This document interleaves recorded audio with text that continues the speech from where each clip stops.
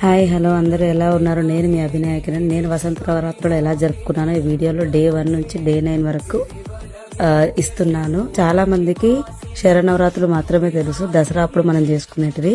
కానీ వసంత నవరాత్రులు అని చైత్ర మాసంలో ప్రతి ఋతువు తర్వాత ఒక రకమైన నవరాత్రులు ఉంటాయి. వసంత నవరాత్రి, ఆషాఢ నవరాత్రి, శరన్నవరాత్రి, మాఘ నవరాత్రి, పౌష నవరాత్రి అని.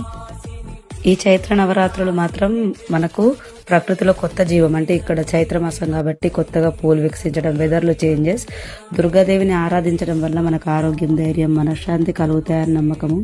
ఈ 9 రోజులు నేను అమ్మవారిని వివిధ రూపాల్లో పూజించాను. శైలపుత్రుడి నుంచి మొదలుపెట్టి సిద్ధిదాత్రి వరకు, కలశశాపులతో స్టార్ట్ చేసి శ్రీరామనవమి వరకు ఇవి ఎండ్ అయిపోయాయి. అమ్మవారి కృప అందరిపైన ఉండాలని కోరుకుంటూ ఈ వీడియో మీకు నచ్చితే లైక్ చేయండి, షేర్ చేయండి. మీ ఇంట్లో పూజ ఎలా జరిగిందో కామెంట్స్లో తెలియజేయండి. ఈ 9 రోజులు అమ్మవారి ఆరాధనలో గడిపిన క్షణాలు మాత్రం అద్భుతం. Thank you.